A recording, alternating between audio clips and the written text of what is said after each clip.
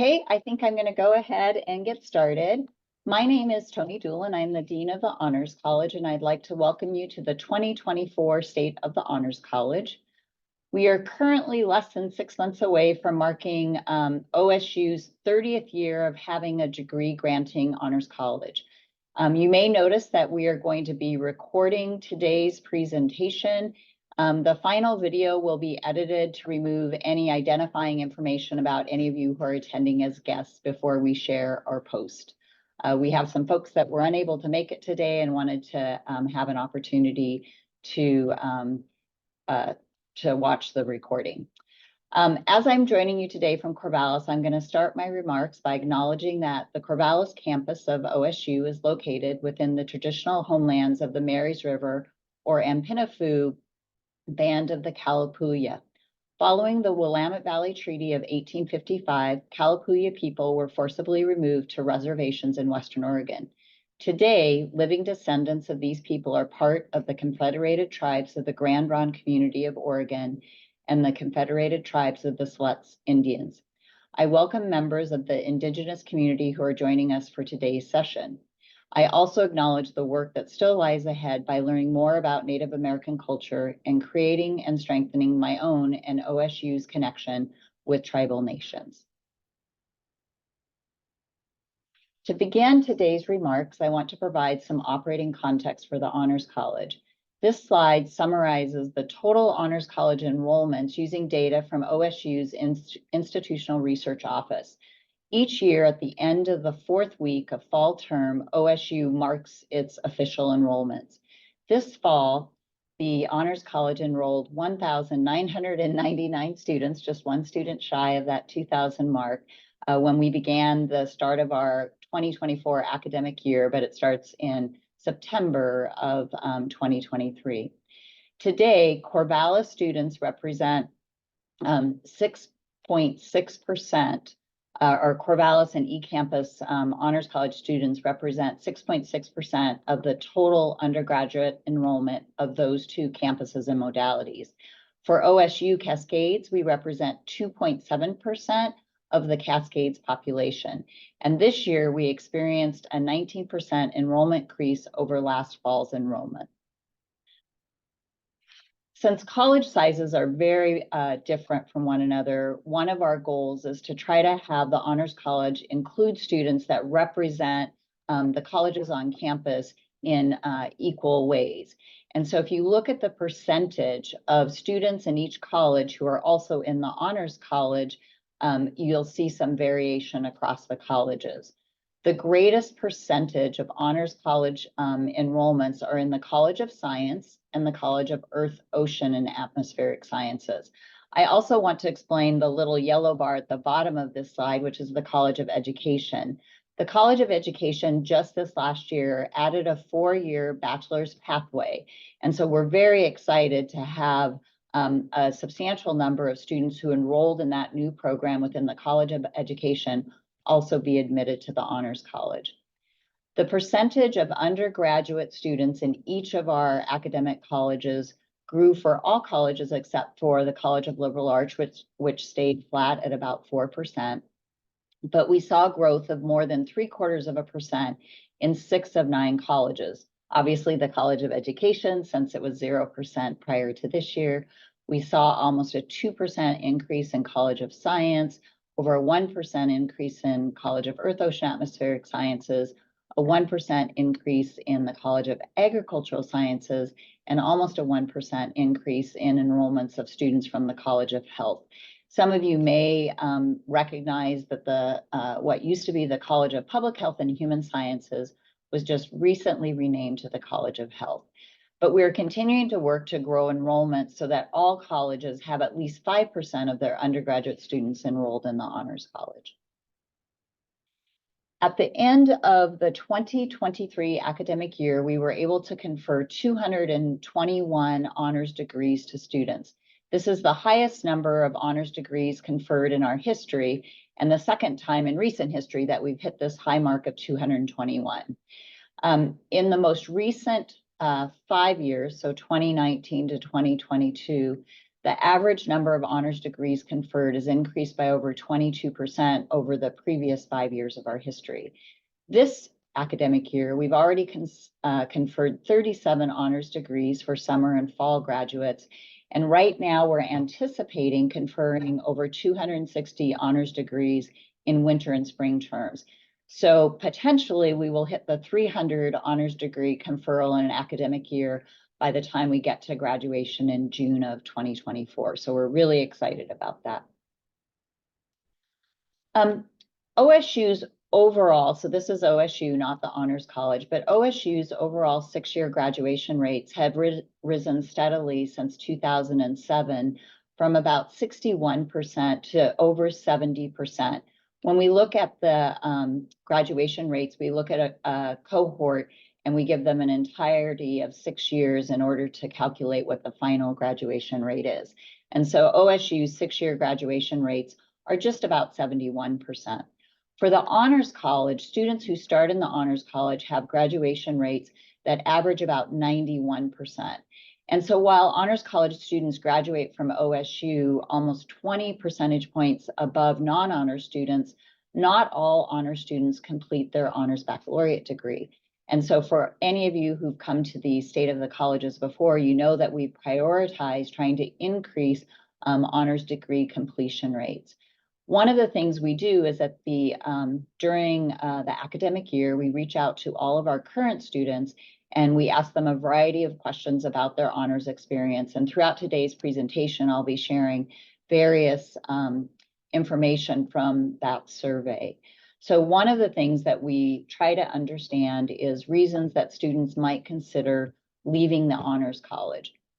And so the data that I'm showing on this slide summarizes the single greatest barrier to completing the honors degree. I want to have you keep in mind that this is students who are currently in the Honors College and to the best of our knowledge aren't necessarily planning to leave the Honors College, but we want to understand what things might be getting in the way of them completing that honors baccalaureate degree.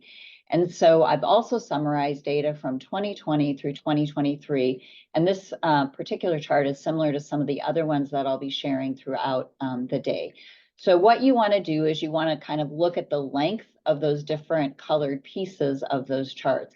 And what you will see is that the thesis and the cost, so I think most people on this call are aware that the Honors College students pay additional tuition. We call it differential tuition. The cost of that honors differential tuition is $500 a term, so about $1,500 a year. And so over the last 4 years, the thesis and cost have been identified as the largest barriers. And that seems to be consistent, although it is very interesting to me to see that in this last year in particular, we saw a substantial increase in the percentage of students who identified cost as a potential barrier to completing their honors degree. The other thing that I want to point out is that the yellow bar, which summarizes the reason of time, and I think oftentimes when students are selecting this option, they're just running out of time to do all the different things that they want to do. So oftentimes the lack of time might be more related to the thesis than anything else. But we've seen a slight increase in the time, but we have seen a substantial decrease in the number of students who cite that the course, getting honors courses or getting honors curriculum requirements completed as one of the reasons. And then, of course, we are always interested in the final area, which is students who identify that the college climate or the culture, the community might be reasons for leaving. And so we're always happy to see when that's a really small percentage. This is a slightly different way to look at the honors completion situation. And so in this case, what we've done is we've actually asked students who have chosen to leave the Honors College why they've left the Honors College. So these data are taken from students who've actually withdrawn. This particular graph is based on the last 10 cohorts of honors students who've withdrawn from the Honors College. And then we've further categorize them based on their academic standing when they leave. And so we've combined the freshman and sophomore categories. So these are students who are early on in their time at OSU. The other category is juniors and those who have an academic standing of seniors when they withdraw. These data only include the first 3 terms of our current academic year, so summer, fall, and winter. We've not yet started spring term, and so we don't have for this academic year withdrawal data for spring term. So what you'll see is that students who withdraw primarily as freshmen and sophomores or juniors when they leave OSU actually leave OSU to attend to other universities. So they've made a decision to go someplace else to complete their higher education. For seniors, not surprisingly, when students withdraw from the Honors College as seniors, their primary reason for withdrawal is the thesis. So perhaps they have been unsuccessful in identifying a thesis mentor. Perhaps they just don't have enough time left to complete that thesis work. The other thing that's really interesting is for all students, regardless of their academic class standing, the second primary reason that students leave the Honors College is cost. And so in short, with the exception of students who leave OSU, these data, the thesis and cost, are really consistent with perceptions of the barriers for not completing their honors degree. I'll be able to, through the rest of the presentation, really focus on different elements of the honors experience and efforts that are underway to remove these barriers, both the perceived barriers as well as what are being given as the actual reason for students leaving the Honors College. I did want to take this opportunity to share a few details about OSU's National and Global Scholarship Advising Office. So this particular office is situated in the Honors College, so it's an administrative unit within the Honors College, but it supports not only Honors College students, but it supports all students at the university. The National and Global Scholarship Advising Office provides mentoring, advising, and logistical support for students who are interested in applying for nationally competitive scholarships, such as the Fulbright, the Udall, the Gilman, the Goldwater. Some of you may be familiar also with like Truman, Rhodes scholarships. These are awards that are based on academic qualifications, research, leadership, service, as well as personal characteristics of the applicants. And they're typically available to students from any academic discipline. In the most recently completed academic year, so academic year 2023, we endorsed 133 nationally competitive applicants. And some of the highlights in terms of the success of this program is we had a record number of Fulbrights that were named, 8. We had 19 Gilman scholarships. Gilman scholarships provide support for students pursuing study abroad, for students with high levels of financial need. And we were able to award, or through the Gilman Scholarship, $60,000 was awarded to OSU students for study abroad. 25% of all the students who were supported by National and Global Scholarship Advising were in the Honors College. And this is substantial because the Honors College represents just about 6.6% of the total population. And so honor students are supported by National and Global Scholarship Advising at a much higher percent. The next thing I want to share is that the goal of National and Global Scholarship Advising is, of course, to have students have these wonderful opportunities, but we really focus on the learning outcomes that also come with applying for a National and Global Scholarship, whether or not students are actually selected.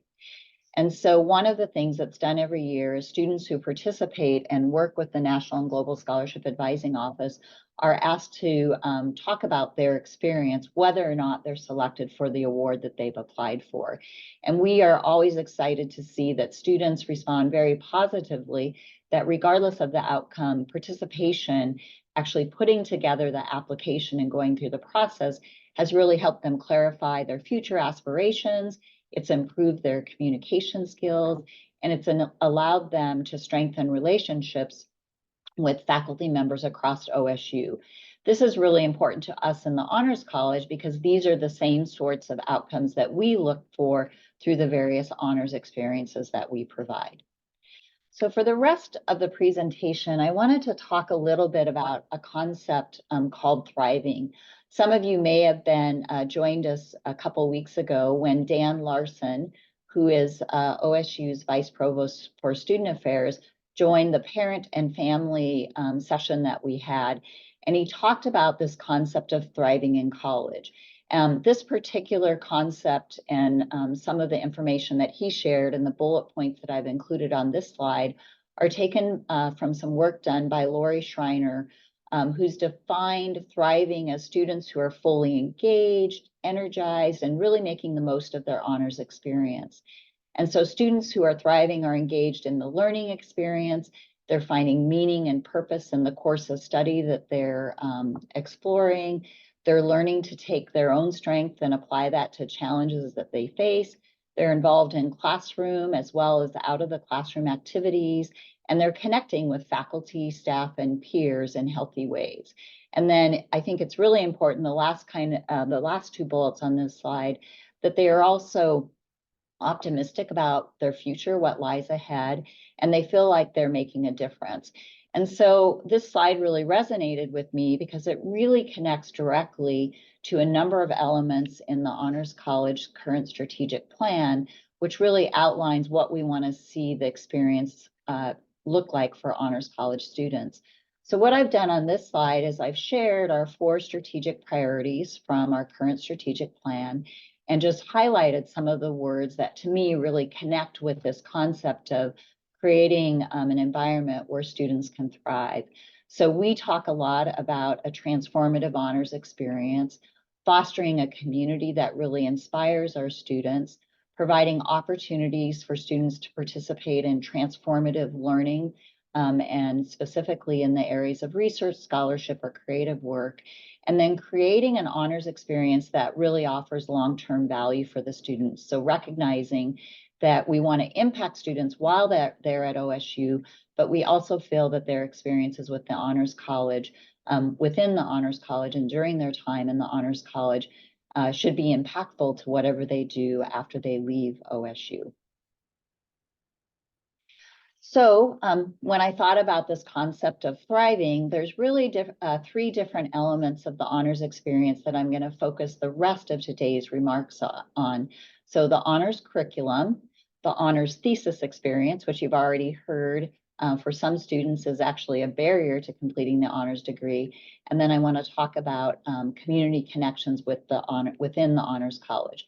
And so for each of these areas, I'll give you a little bit of context because I recognize that not everybody may be completely familiar with the requirements of the Honors College degree, particularly around the thesis requirements and our honors curriculum.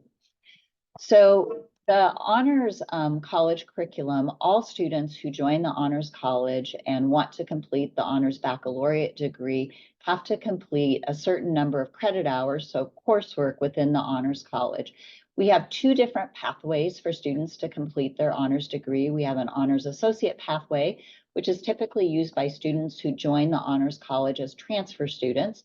So these are students who come to OSU from other universities, or they might join the Honors College later in their honors career. And then we have the Honors Scholar pathway. Honor Scholars have 4 different types of courses that they must complete. General education, we call it our baccalaureate core. They also complete honors colloquia, they complete honors elective, and then they complete credits related to their thesis, and those can be project or research or thesis credits. Honors associates complete all of those, but the general ed requirements. Many times when a student transfers into the Honors College, they've already completed all their general education requirements. And so you can see that the number of credit hours required is 30 for scholars, 15 for transfer students or honors associate pathway students. Just to give you an idea, most undergraduate degree programs at OSU require 180 credit hours, or roughly 180 credit hours. So the honors curriculum is about 1/5 of their curriculum here at OSU. So when we talk about whether or not the honors curriculum creates an environment in which students can thrive, there's 4 different elements of the curriculum that I wanted to share some data with all of you on. So course enrollments, how big are the courses within the Honors College? we'll talk a little bit about how many honors credits students are actually completing. I want to talk a bit about the types of courses that we offer, and then we'll actually look at learning that's an outcome of the course experience that students have within the Honors College. And so within the Honors College, we have, as I mentioned, those 4 different types of courses. The Gen Ed or back core, we have Honors Colloquia. We also have the elective courses and then the credits to support the thesis.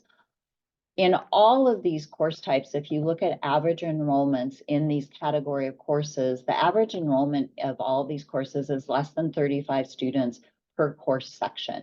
What we know and what we talk about when students are applying to the Honors College is that sometimes coming to a university like OSU can be a bit overwhelming because of the size of the university. This fall, I think our total enrollment at OSU is well over 36,000 students. And so for a lot of students, being in the Honors College is a way to have an opportunity to kind of downsize the university. And they look forward to having a handful of their courses, particularly in those early years, to be a smaller enrollment size so that they can really get to know the other students in that course. So one of the things that is important about this particular slide and to keep in mind is that we've grown from the time where we look at this data back in the 2013-2014 academic year. The size of the college was 920 students.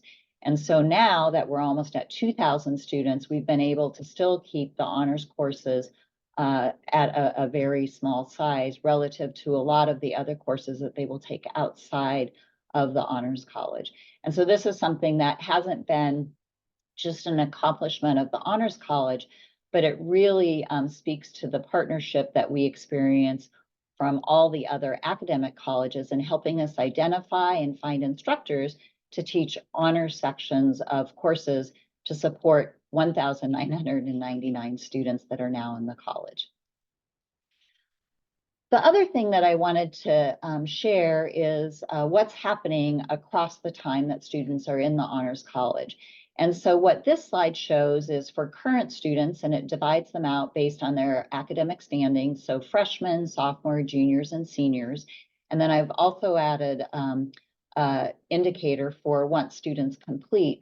And what we did is we look at students that started between 2015 and 2023.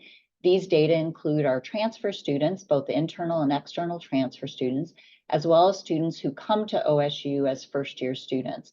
And so what this data shows is that each year, the number of credits that a student completes increases. And then I think the other thing that is really impressive is that, as you saw from the very first curriculum slide, students need to complete either 15 credits or 30 credits in order to earn the honors baccalaureate degree, depending on if they're on the associate or the scholars track. And on average, our alum have earned actually closer to 29 credits. And so this is really impressive because that means even some of our transfer students are earning more than the required 15 credits.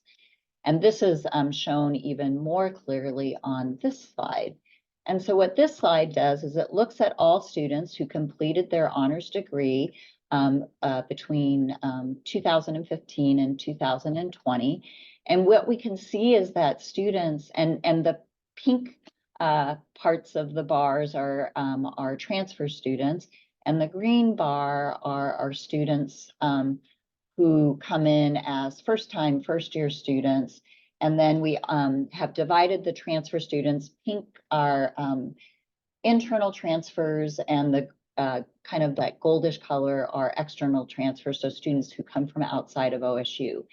And as you can see, students actually complete significantly more credits than our degree requires. And so to me, what this says is that most students find that the Honors College sections of the classes are compelling enough that they'll continue to take Honors College courses when they can, even once they've met their requirements of completing their 30 or 15 credits. And it was quite interesting to see that we've had at least one student, I think, complete 76 honors credits on the way to their honors degree. So more than double, almost 1.5 times what they actually need to get their honors degree. So it's really hard, and it would be a very long list to put all of the courses that we've offered. And so what I've done, and this will probably be a little bit literally of it's a word cloud, and it might not be understandable for those who aren't familiar with how courses are designated at a university. But basically, the prefix to every course number represents the college or the school or the department that a particular course is taught out of. And so all of these different combinations of letters basically represent different units that have offered honors courses. And so since fall of 2013, we've offered 314 different honors course offerings and 189 different course offerings have been offered from 2020 through our current term. Overall, we offer about 400 courses each year, and we offer multiple sections, obviously, of many of the courses. And so in the most recent 15 terms, this word cloud represents all the different units that have provided courses for the Honors College. And then you might wonder why there's bigger and smaller fonts. So basically it represents total enrollments across the last 15 terms, which is the previous 3 years plus the 3 most recent academic terms, so summer, fall, and winter of our 2024 academic year. And so all of this to say that students have a lot of different basically programs that they're able to take honors courses from. And if you are familiar with other honors programs, this is a really unusual element of the OSU Honors College. Basically, because our colleges have been such great academic partners, and because we don't have academic faculty in the college, we're able to offer a really dynamic set of courses to support the journeys of all of our students, regardless of what their particular major or minors might be. So the final thing that I wanted to talk about with respect to curriculum is one of the ways that we assess every year whether or not we're making an impact to student learning is we have an Honors College learning outcome, which we always refer to in shorthand as engaged inquiry.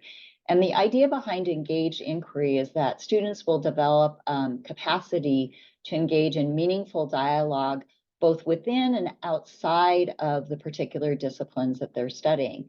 And then on our annual survey, we ask students to basically share with us whether or not their experience in honors colloquia and within honors elective helps them in meeting this particular learning outcome.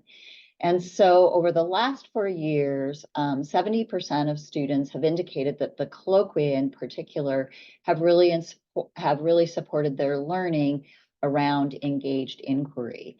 One of the things I do want to point out is that the academic year 2021, and on all of these slides, I think it's important to keep in mind, was the year that OSU was fully remote. Academic year 2020 was the year that we were remote in spring term, but were in person in fall and winter term. So this was a result of the pandemic and needing to go remote for an entire academic year. The other thing to note is that what I've included in this slide, there are 5 different ways that students can respond. They can say that a course was transformative, that it enhanced, it was somewhat helpful, and then the other 2 categories that I haven't included but are basically would add up to the 100% would be that it didn't help much or it didn't help at all. And so we're pleased to see that students continue to see the colloquia as being really important in helping them meet this learning outcome of engaged inquiry. The other set of classes that we look at is to what extent do their other Honors College courses contribute to engaged inquiry? And in this, the contribution of the full set of honors courses is also very high. Nearly 80% of students responded that the non-colloquia, so the other honors coursework, was either transformative, enhanced, or was helpful to meeting this particular learning outcome. Next, I'm going to jump into a couple different sets of data related to the impact of the Honors College thesis, kind of in this context of thriving. Specifically, I want to talk about supports that we provide for the thesis process, whether or not students are progressing towards getting their thesis completed, and then similar to the curriculum, talk a little bit about how does the thesis experience contribute to student learning within the Honors College. So I want to talk, because again, I recognize that not everybody on the in the meeting today may be familiar with the Honors College thesis, but some of the high-level details about the Honors College thesis. The thesis was really an opportunity for students to showcase their intellectual and creative talents, and it is fully expected that the thesis will really capitalize on the skills, knowledge, and insights that students obtain, not just from the research or scholarly activity that they participate in, but also from their coursework and other experiences while at OSU. Within the Honors College, we are fairly unique in that we do not require that students complete their thesis in their major. Although I always tell students that they have to know enough about a topic that they can convince a faculty member that they can contribute to the body of knowledge in the area that that faculty member does research. We know based on our data that about 30% of our students complete an honors thesis that's fairly far afield of their primary major. So it might be a STEM student, so students studying science, engineering, or math, who might do a thesis that's focused on the humanities or social sciences. The other thing is that we have implemented a process, because students come to the university obviously not having had an opportunity previously to contribute to research in a university setting. So we have something called the Thesis Success in Stages process, which was created to make sure that we have a supportive structure. You don't need to know all the details, but the process itself is divided into these 4 different stages. And so one of the ways that we're able to track students' progression in working on their thesis is by tracking how they're progressing through these 4 different stages. So in addition to having a structure, there are a lot of different supports available for students. This is actually a screenshot from something called Canvas. Canvas is the basically the learning management system that students interact with for all their courses. And so we have a separate Canvas site for students in the Honors College connected to the honors advising process, as well as you can see the different thesis resource and then information to help support students through each of those 4 different stages.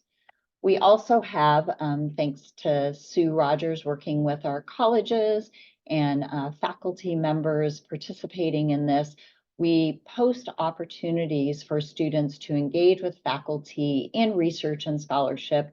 And oftentimes it's some initial engagement with a faculty member in these sorts of opportunities that will lead a student to a thesis topic and completing that thesis work with that faculty member. And so if you go to our website, you can see these research and scholarship opportunities. Some exist for a fairly long time, but on a regular basis, new opportunities are posted.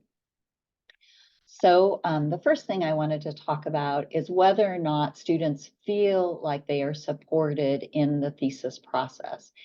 And so what we've seen, and this is very exciting, is we've observed a declining percentage of students who either disagree or strongly disagree with this statement that says, I feel supported in my thesis process. And one of the things that I want to highlight is that starting 3 years ago, we created a new Stage 1 class, and I'm going to talk a little bit more about that shortly.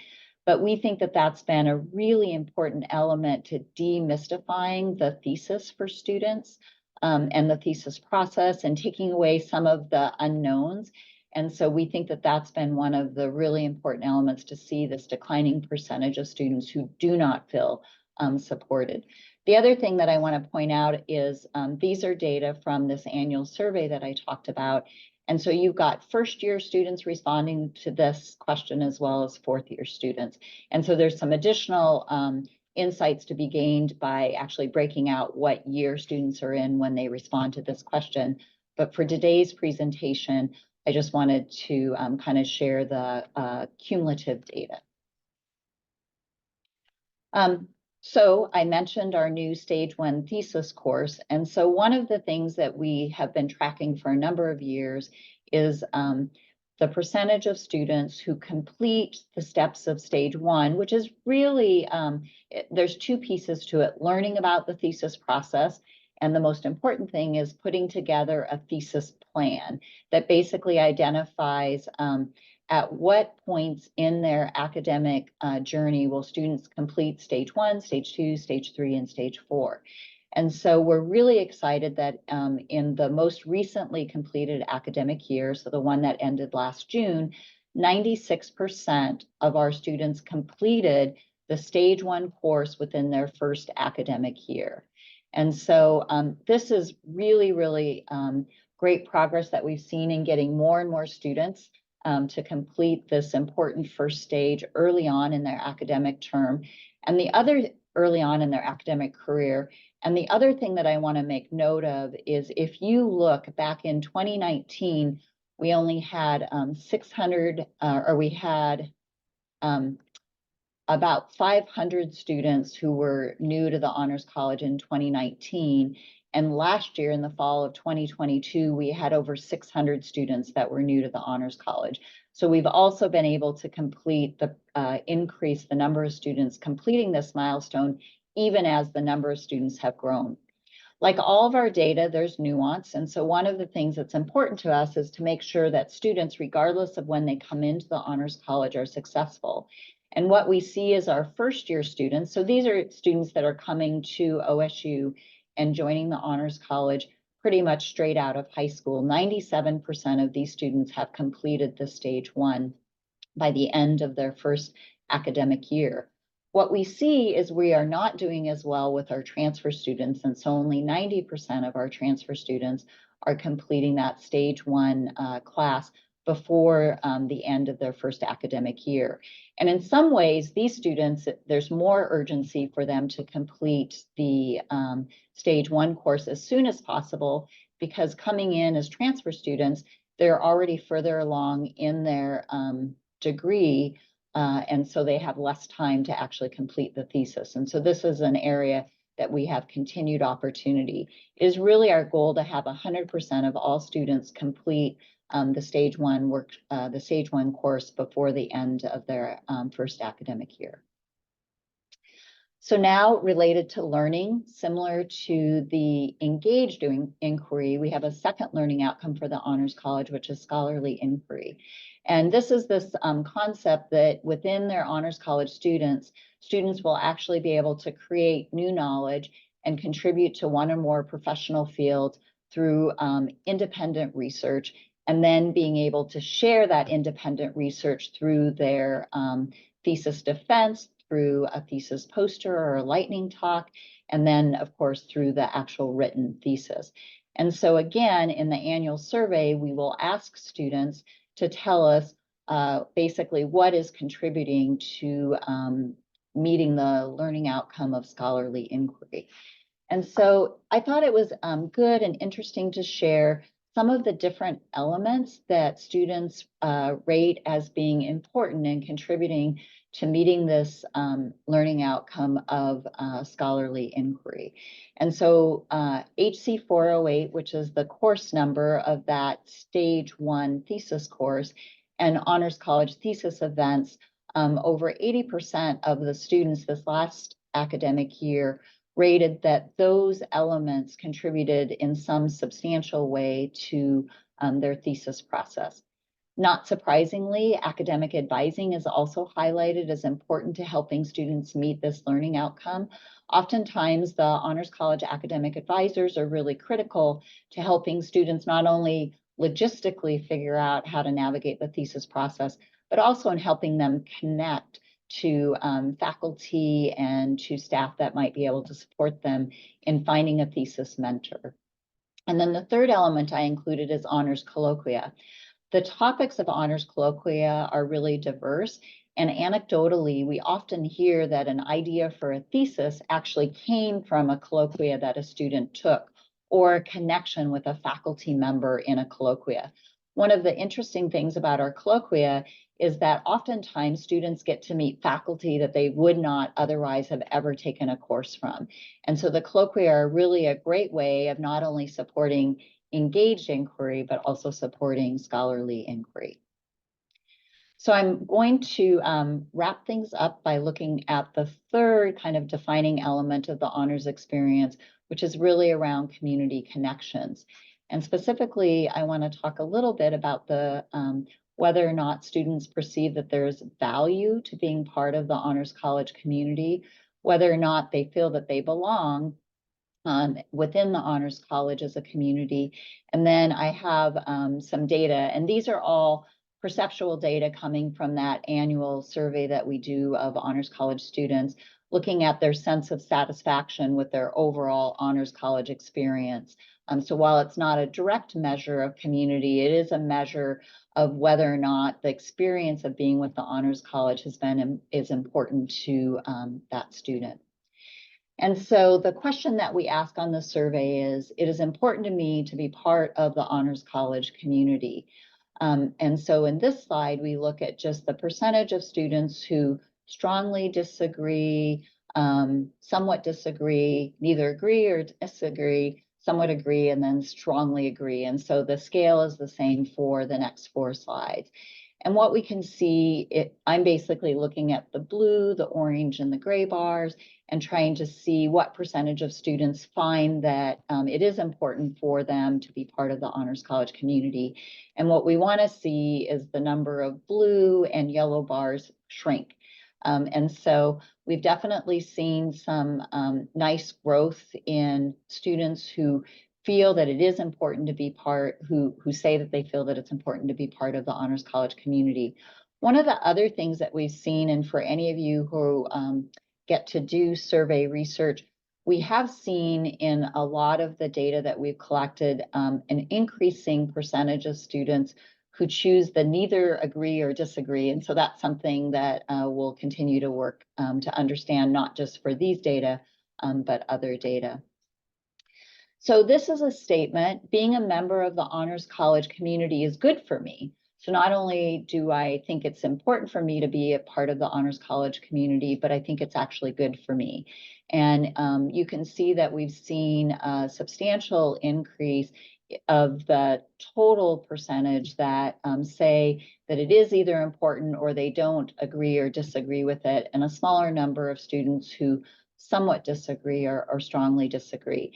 And again, today I'm just presenting these data at a really high level, but part of what we do as we look at these data is we'll slice and dice it in different ways to see if there's certain demographics of students that are more likely to disagree with these sorts of statements, and then trying to figure out through our various student leadership circle activities what things that we can do to make sure that students feel that being part of the community is a good part of their experience at OSU. And so again, directly connected to this concept of thriving as a college student. The other thing that we ask about is whether or not students feel that the Honors College community is a place where they belong. And again, for those of you who've been attending the State of the Honors College in previous years, we've looked at a whole bunch of different elements of the Honors College to try to increase their sense of belonging. And so we really see this as a really important effort. I will also say that increasing this sense of belonging to the Honors College student isn't just the work of the Honors College staff and faculty, but it's also the work of our Honors College student employees. So in our spaces like the Slug, which is the Honors College Lounge, the work that our student leaders and our Honors College Student Association have done to create a welcoming environment, not just in our spaces, but in all the various activities and experiences that have been created to support students, not just as they transition to OSU, but really to support them in their Honors College journey throughout their time at OSU. And then the final data slide that I will share with you is the responses to overall, I am satisfied with the Honors College community. And again, we really want to see the number of students who disagree or somewhat disagree with the statement to decline. Overall, 90% of students in this most recently completed survey responded either positively or neutrally to this prompt. And so that's a great thing, but we'd like to see more students with the strongly agree and somewhat agree, and basically move those students who are on the fence to something that is more positive. So as always, work to be done, but good progress that we've seen over the last 4 years in particular. And with that, I am going to go ahead and wrap it up. I'm going to stop sharing just so that I can see who's in the room here. And thanks all. And I also see a lot of chat that was going on. And in addition to myself, we have a number of members of the Honors College team and staff who are here. And I might call them out if folks have questions they want to ask, and I've got somebody else who's better positioned to answer that question. So Kevin and Sue, I know you were watching the chat for me. Is there any question in the chat that we can respond to that I didn't, or we can just open it up for questions? I think Sue and I have tried to stay on top of the questions that have come in, but if anyone does feel like their question, they'd like more information, feel free to write in the chat or raise your hand. Unfortunately, I think Gilda is not here, but Kevin may speak to this a little bit, but we've been working really closely with the university in my 12 years as dean to try to basically increase our presence. And so some of the things that we've done internally is we now publish on an annual basis the honors link. And if anybody on this call is not already getting that via email, please let us know. We would be happy to add you to our distribution list. And so that is a way to tell our story to at least a pretty broad section of folks. I will say that within university publications, part of what we do is to try to amplify messaging from all the other colleges. And so we work really closely with our college partners to make sure when there's a great story about a student who's also in the Honors College, to make sure they include that Honors College affiliation. In terms of prospective students, I will say this. When I first started as dean, I think we did prospective student visits maybe 2 or 3 times a week. We now have 2 prospective student visits every single day. And we will see, and Dowie, who I think I saw on the call, could probably put in the chat, but we see tons of students and families coming to learn about the Honors College as part of their campus visits. We also participate in all of the prospective student and admitted student days at the university. So I think that we mostly through kind of admissions and prospective students are doing a whole bunch to make sure students know about us. And then on the communication side, just really trying to amplify through other colleges the message about the successes of Honors College students.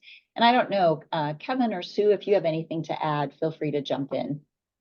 Yeah, I would agree with what you said, that we have made tremendous progress by almost every measure in terms of interest and awareness in the Honors College. We're still, in university terms, a relatively young college. And I would say that maybe awareness is not just an Honors College issue. It's been an OSU issue, that there isn't always been a lot of awareness of the amazing things that are happening at the university overall.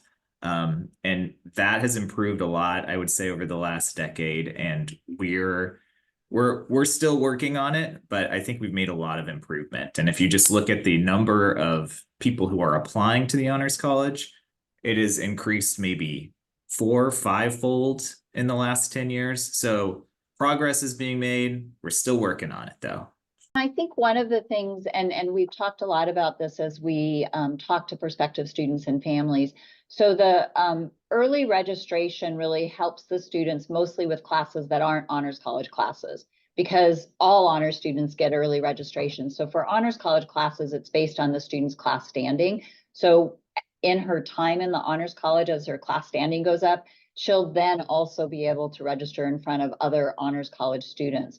The other thing about the Honors College curriculum, and this is something Sue, who's in the audience, can maybe talk to, is that it's never an expectation that all of your classes in your major or in the back core honors courses. So keep in mind that honors students only have to complete 30 credits of their Honors College courses. So the size of the curriculum that we have really reflects that requirement of 30. And as I showed in some of the slides, some students do take way more than 30, but it's also tends to be balanced across their entire time in the college. So it's not expected that a student will take 20 honors credits as a first-year student. Really, they're expected to take about one honors course, maybe two honors courses each academic year, right? So the fact that she's in an honors course this year, even though maybe she'd like to be in more honors courses, is actually aligned with the progression that's necessary for the honors baccalaureate degree. And one of our limitations, honestly, is that there simply are not enough instructors to offer honors sections of every single courses our students would want to take through the Honors College. And I don't know, Sue, if you want to add to that.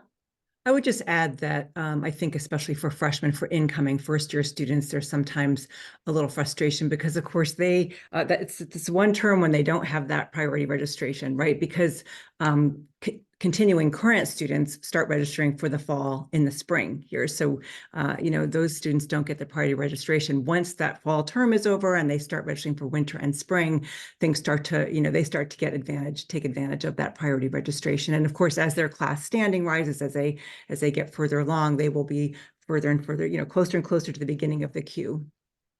And I will say that for any of the parents and family members who are on this call, if your student experiences frustration with things like registration, the thing that they should absolutely be doing is going in and talking to their Honors College advisor. And then they can sit down with their Honors College advisor and put together what is a reasonable plan to make sure that they can complete their Honors College course requirements. So like, these are the ones that I'm really going to prioritize, and then the advisors can really help them figure out how that's going to fit into their academic schedule and their overall academic plan.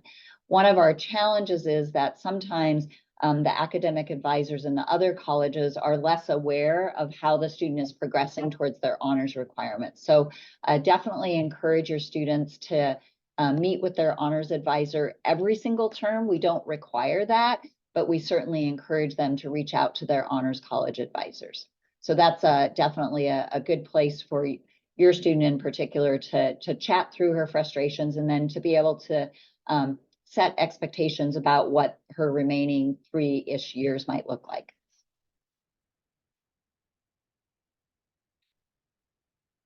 Other questions?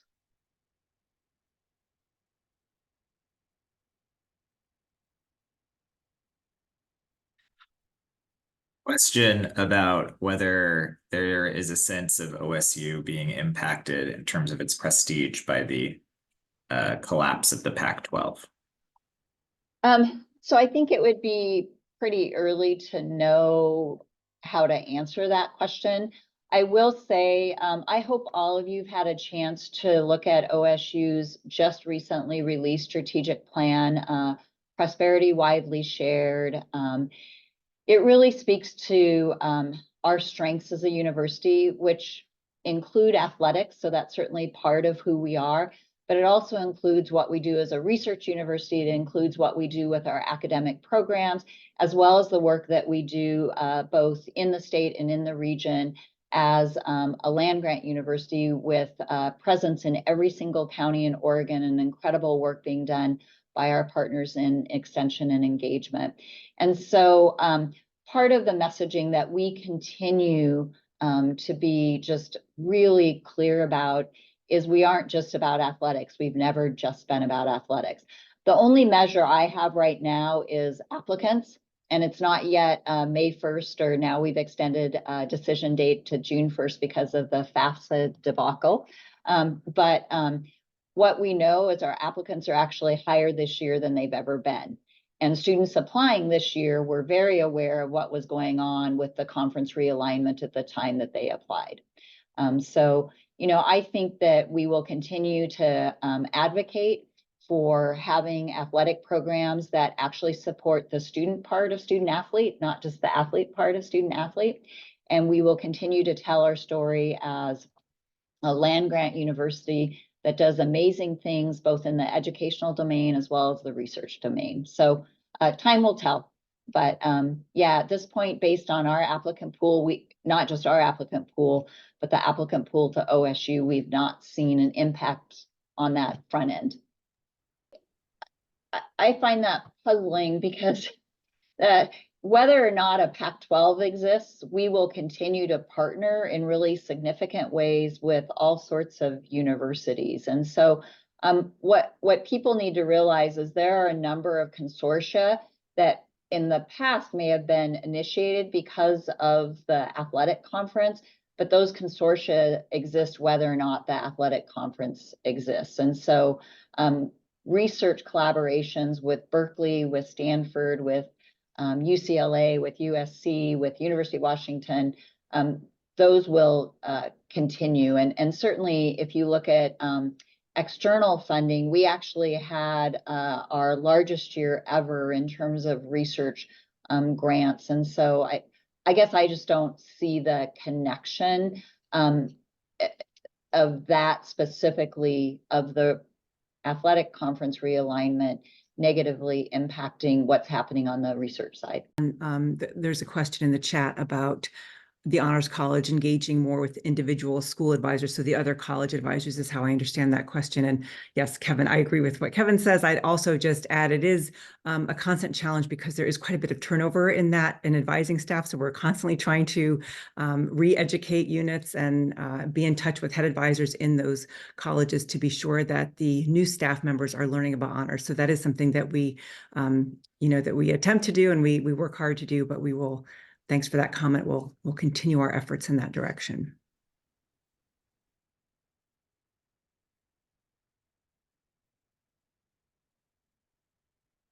Well, I see that we are actually at time, a minute over time. So thank you all for sticking with us. I really appreciate you attending. As always, do not hesitate to reach out to myself or to any of our leadership team with questions. Again, for any of you who are parents or family members of students, also we love to hear from students even when things are not going well as when things are going well. So do remember to encourage them to reach out to all of us. So thank you so much for attending, and I hope everybody has a great afternoon.